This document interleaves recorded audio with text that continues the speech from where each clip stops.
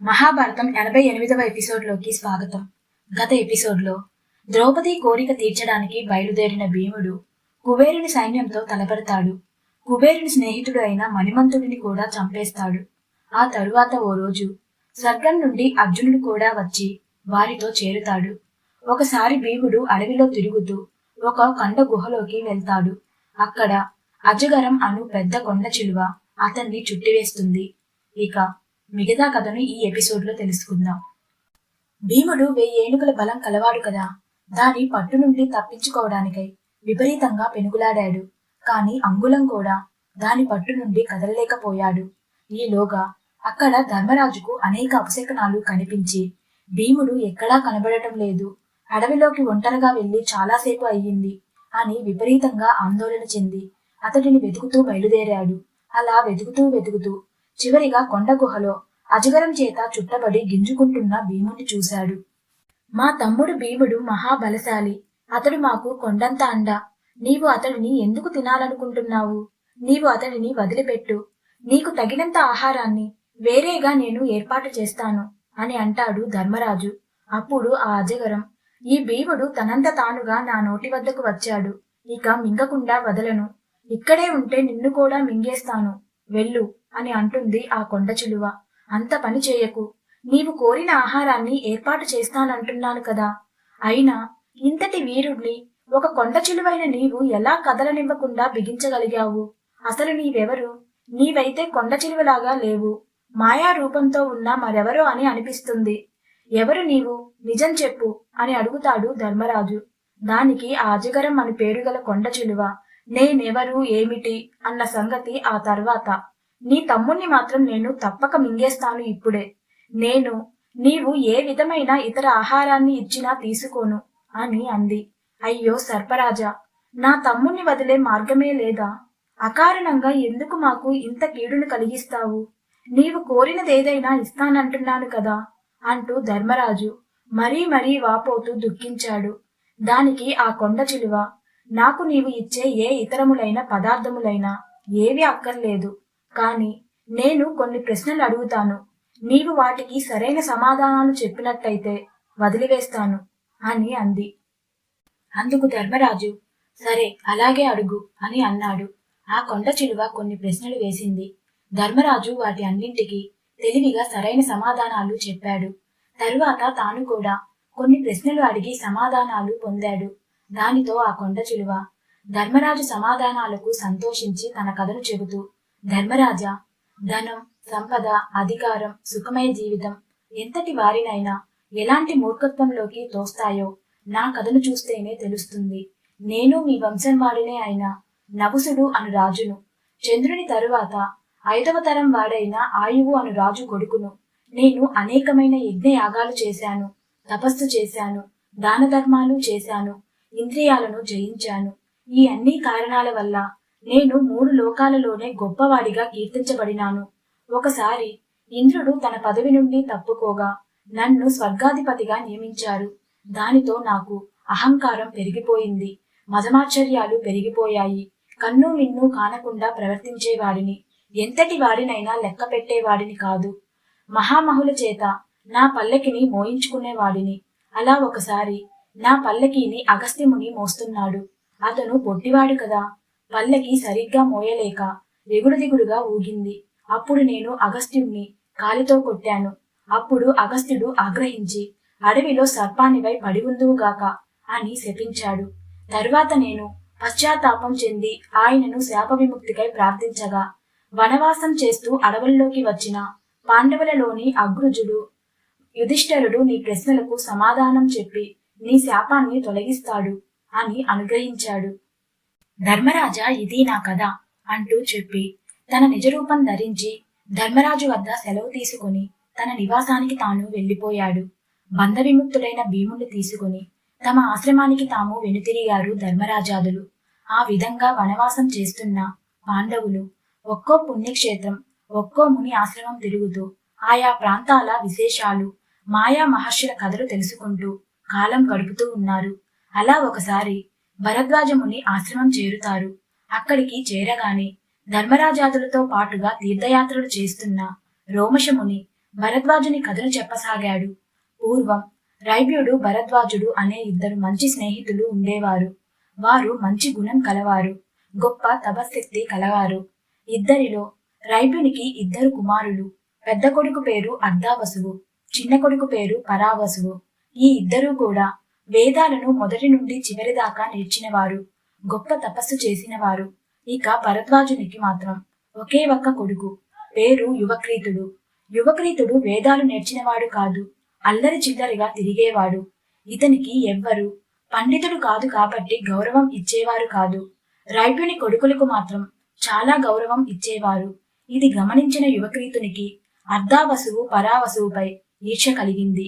ఎలాగైనా తాను కూడా వేద పాండిత్యం సాధించాలనుకున్నాడు.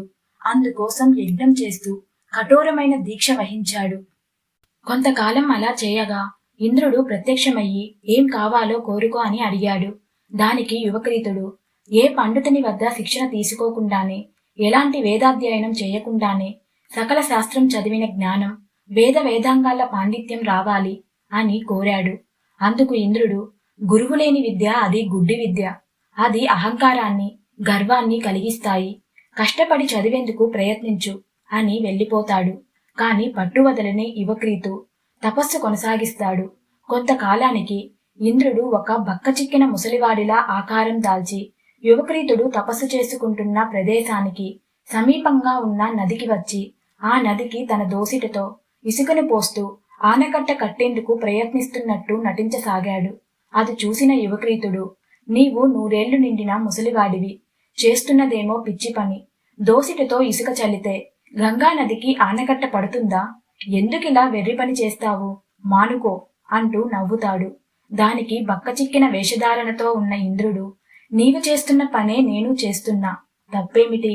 నీవు కూడా నీ పిచ్చి పనిని మానుకో అంటూ తన నిజరూపాన్ని ధరిస్తాడు. కాని యువక్రీతుడు తపస్సు మానుకోనని చెప్తాడు. ఇక ఎలాగా తప్పలేదని అతడు కోరుకున్న వరాన్ని ఇచ్చి వెళ్ళిపోతాడు. ఇంద్రుడు వరాన్ని పొందిన యువక్రీతుడు చాలా సంతోషించి తన తండ్రి భరద్వాజుని వద్దకు వెళ్లి చెప్తాడు. దానికి భరద్వాజుడు సంతోషించగా, కష్టపడకుండా గురువు లేకుండా లభించే విద్య వల్ల గర్వం పెరుగుతుంది అని భావించి, యువక్రీత, దీనివల్ల గర్వం పెరుగుతుంది. అలా గర్వం పెరిగిన వారు వెనుకటి కాలాన ఎందరో నశించారు. నీవు మాత్రం నీ గర్వాన్ని అదుపు చేసుకో. నేను నీకు ఒక మాట చెప్తాను విను అంటూ, నా స్నేహితుడు రైభ్యుడు ఉన్న ఆశ్రమం వైపుకు మాత్రం వెళ్ళకు. అతని కొడుకులపై అసూయ పెట్టుకోకు. వారి ముందు అహంకరించకు. వారి వల్ల నీకు ప్రమాదం జరుగుతుంది అని హెచ్చరిస్తాడు. అయితే యువక్రీతుడు అక్కడక్కడ తన విద్యలను ప్రదర్శిస్తూ చివరికి తండ్రి వెళ్ళకూడదని చెప్పిన రైభ్యుని ఆశ్రమానికి వెళ్ళాడు. రైభ్యుని ఆశ్రమంలో అతని కుమారుడు పరావసువు అతని భార్య ఉంటుంది. ఆమె చాలా అందంగా, నిండు యవ్వనంతో ఉంటుంది. ఆమెను చూసిన యువక్రీతుడు మోహంలో పడిపోతాడు. నీపై కోరిక కలిగింది, తీర్చమంటూ ఆమెను బలవంతం చేస్తాడు. ఆమె బెదిరిపోయి అతని నుండి తప్పించుకోవడానికై ఒప్పుకున్నట్టుగా నటించి తనలో తాను దుఃఖిస్తూ వెళ్లి తన మామ రైభ్యునికి చెప్పుకుంటుంది. యువక్రీతుని దుర్మార్గపు ప్రవర్తనకు ఆగ్రహించిన రైభ్యుడు తన తలపై నుండి 2 జడలను లాగి యజ్ఞంలో వేసి కాలుస్తాడు. అప్పుడు ఆ యజ్ఞగుండం నుండి తన కోడలి కంటే అందమైన యువతి ఒకటి, పెద్ద వంకర కోరలతో, మరింత పెద్ద ఎర్రని మిడిగుడ్లతో ఒక రాక్షసుడు పుట్టుకు వస్తారు. వచ్చి రైభ్యునికి చేతులు జోడించి, మాకు పని ఏమిటి అని అడుగుతారు. మీరు వెళ్లి దుర్మార్గుడైన ఆ యువక్రీతుడిని చంపండి అని ఆజ్ఞాపిస్తాడు రైభ్యుడు. అప్పుడు ఆ యువతి ముందుగా ఆ యువక్రీతుని వద్దకు వెళ్లి తన పట్ల ప్రేమ కలిగేలా చేసి అతడిని మయమరిపించి అతడు మైకంలో ఉన్న సమయం చూసుకొని అతని కమండలాన్ని తీసుకుని మాయం చేస్తుంది. కమండలం యువక్రీతుని వద్ద లేకపోయేసరికి అతని తపశ్శక్తి కోల్పోయి వెలవెలా పోతాడు. అదే మంచి సమయం అని భావించిన ఆ యువతి వెంట వచ్చిన రాక్షసుడు యువక్రీతుణ్ణి చంపడానికై దూసుకు వస్తాడు. యువక్రీతుడు తనను తాను రక్షించుకోవడానికై పరిగెత్తి అడవిలోనూ నీటిలోనూ దాక్కునే ప్రయత్నం చేస్తాడు. కాని రాక్షసుడు అక్కడికి కూడా వస్తాడు. చివరికి తన తండ్రి భరద్వాజుని యజ్ఞశాలలోకి వెళ్లి రక్షణ పొందాలని అనుకుంటాడు.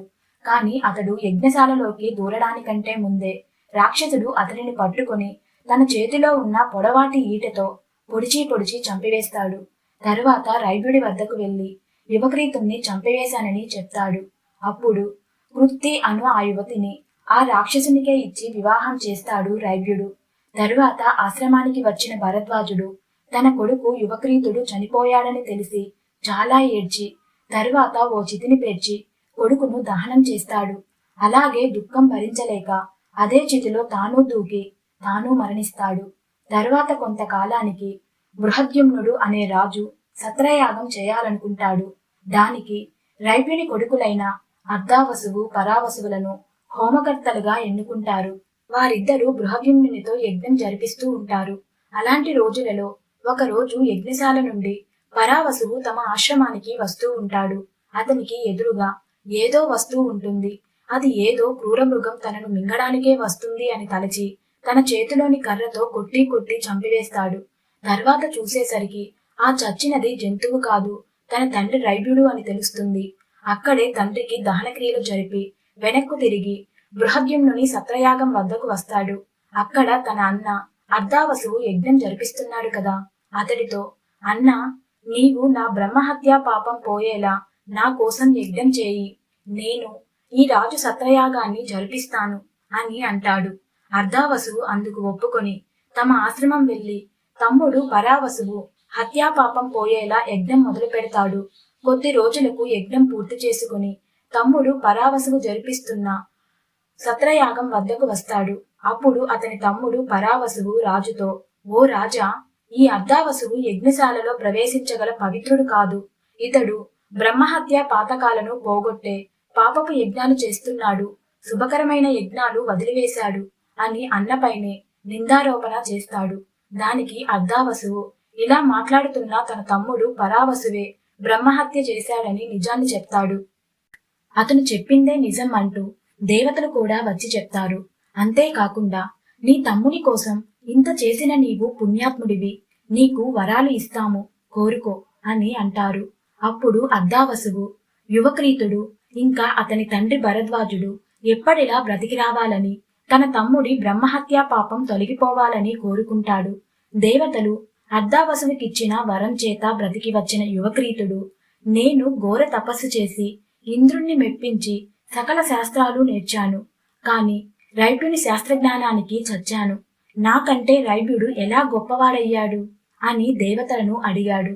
దానికి దేవతలు, నీవు గురువులేని విద్యను నేర్చావు, మానవ మర్యాదలు తెలియలేదు, అహం పెరిగింది, అదే నిన్ను చంపింది అని చెప్పారు. ఇక మిగతా కథను నెక్స్ట్ ఎపిసోడ్లో తెలుసుకుందాం.